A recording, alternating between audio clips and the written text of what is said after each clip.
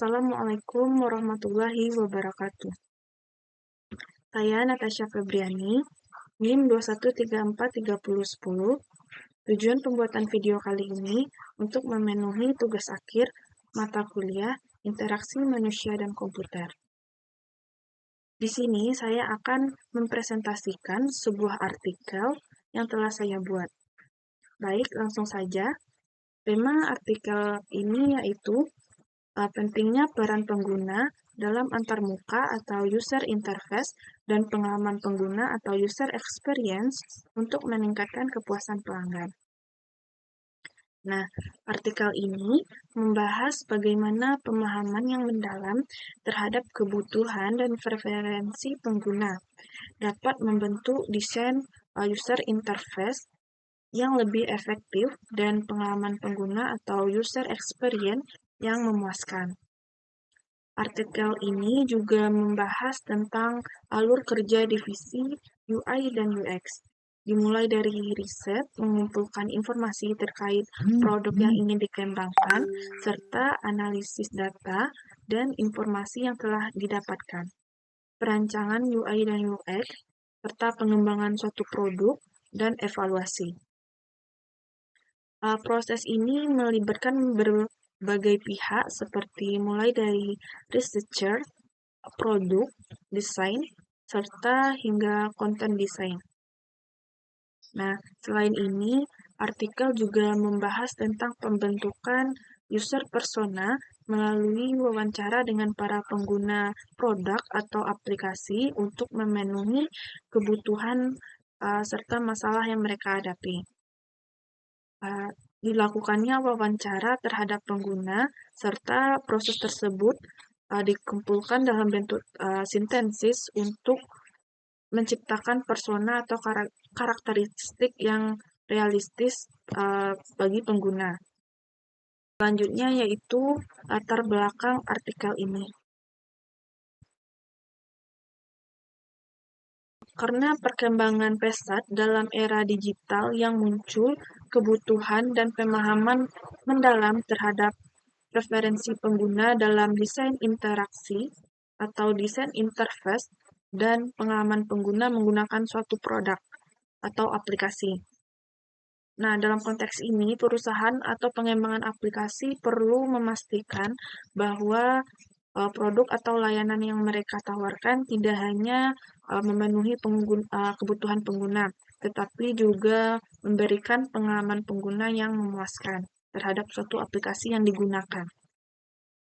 Nah, di sini terdapat tadi kasus contohnya aja seperti sekarang terdapatnya tren penjualan online. Nah, dengan itu terdapatnya peralihan pelanggan menuju inovasi alat pembayaran yang berbasis digital dan pengalaman penggunaan yang semakin penting.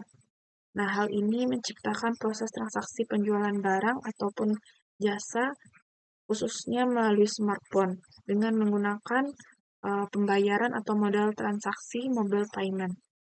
Nah, sistem pembayaran non-tunai ini dapat dikenakan dalam e-commerce yang dianggap memiliki kelebihan dibandingkan dengan transaksi konvensional. Faktor-faktornya seperti kemudahan penggunaan, manfaat, dan nilai produk atau layanan yang dirasakan oleh konsumen menjadi pendorong utama konsumen beralih menggunakan sistem pembayaran non-tunai ini. Nah, proses pembayaran non-tunai ini dikenal berhasil menciptakan metode pembayaran baru di Indonesia yang dikenal sebagai fintech atau financial technology, yang merupakan perpaduan antara jasa keuangan dan teknologi yang memberikan alternatif dan inovatif yang efisien dalam pengelolaan transaksi keuangan. Nah, tentu saja hal ini berkaitan dengan user experience, di mana kepuasan atau pelanggan dalam menggunakan suatu produk atau jasa atau layanan cenderung sangat dipengaruhi oleh setiap aspek aspek yang terjadi selama interaksi mereka dengan produk atau jasa tersebut. Nah, oleh karena itu, peran seorang desainer pengalaman atau user experience menjadi semakin penting guna memastikan keberlanjutan penggunaan dan pengembangan aplikasi yang ada.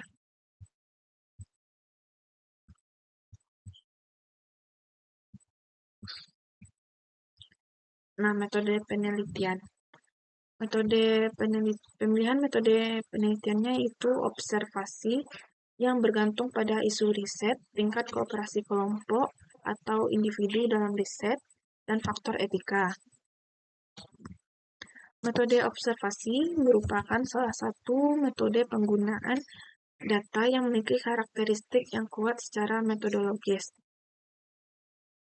Observasi ilmiah memiliki sistem prosedur dan kaidah ilmiah yang harus terpenuhi dalam proses kegiatan observasi pada keterlibatan penelitian dalam proses pengamatan. Selain itu, penelitian ini juga menggunakan metode wawancara dengan cara penggunaan untuk memahami kebutuhan pengguna. Data dari wawancara tersebut dibentuk untuk menciptakan suatu produk yang nyaman digunakan bagi penggunaan. Penelitian yang dilakukan dengan pendekatan kualitatif yang memungkinkan peneliti untuk memperoleh pemahaman yang mendalam tentang pengalaman pengguna dan preferensi mereka. Nah, selanjutnya hasil dan pembahasan. Hasil dari penelitian ini adalah pengembangan dan penerapan analisis user interface dan user experience atau UX untuk mengukur engagement dengan customer dan user serta meningkatkan efektivitas sebuah aplikasi. Nah, di sini terdapat alur kerja divisi UI UX. Yang pertama, riset, analisis, serta UX design, dan melakukan UI design, serta tahapan pembangunan dan evaluasi. Riset adalah hal yang pertama yang dilakukan tim, termasuk riset pasar, untuk mengumpulkan informasi terkait suatu produk yang ingin dikembangkan. Misalnya, hal apa saja yang dibutuhkan oleh pengguna dan produk seperti apa yang dapat membuat pengguna tersebut tenang saat menggunakan aplikasi tersebut. Yang kedua, dilakukannya analisis.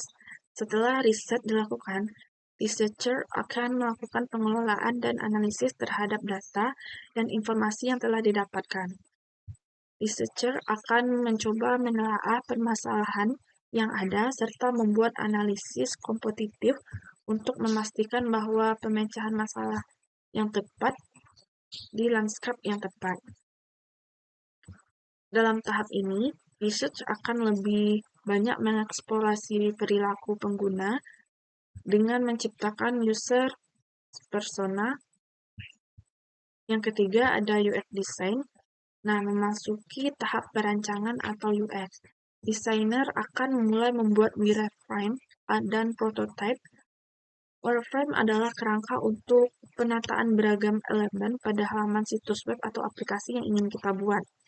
Sebelum dilakukannya proses desain, prototipe merupakan model sederhana dari sebuah produk sebelum dilanjutkan secara detail. Desain yang dibuat akan disesuaikan dengan hasil analisis researcher.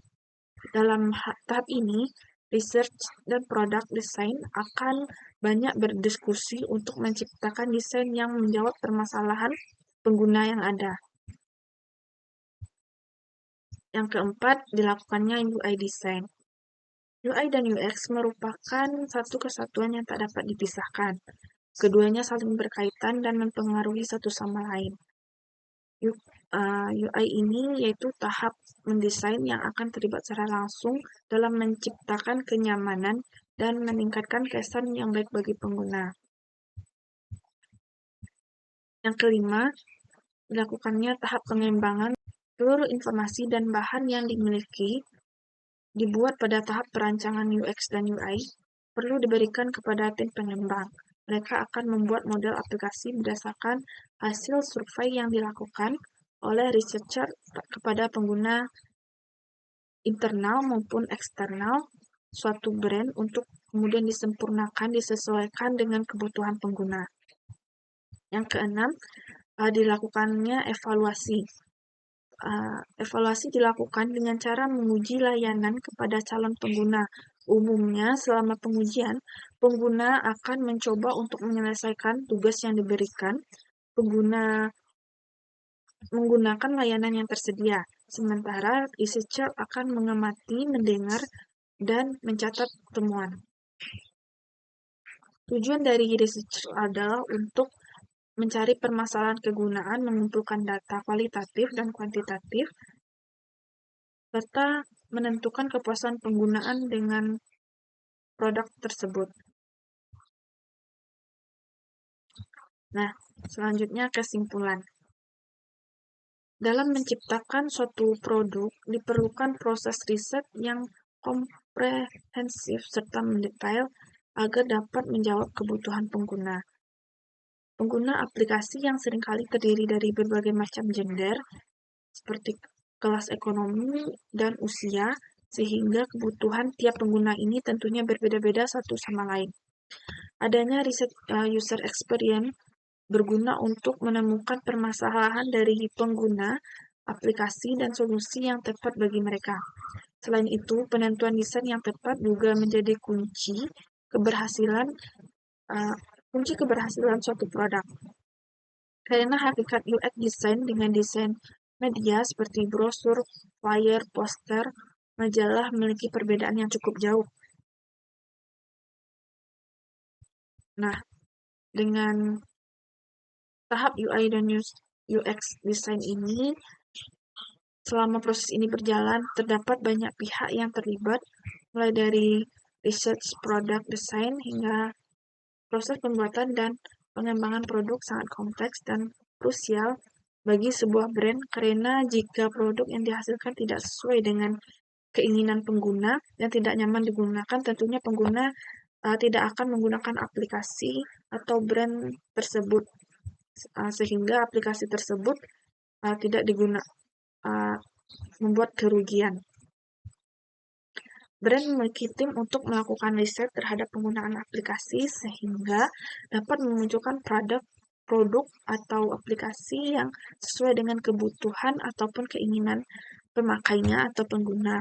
Peluang lainnya adalah customer service yang bisa memberikan suara-suara pengguna.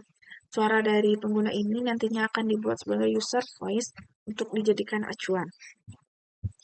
Baik, sampai di sinilah penjelasan artikel yang telah saya buat. Kalau ada salah kata, saya mohon maaf. Assalamualaikum warahmatullahi wabarakatuh.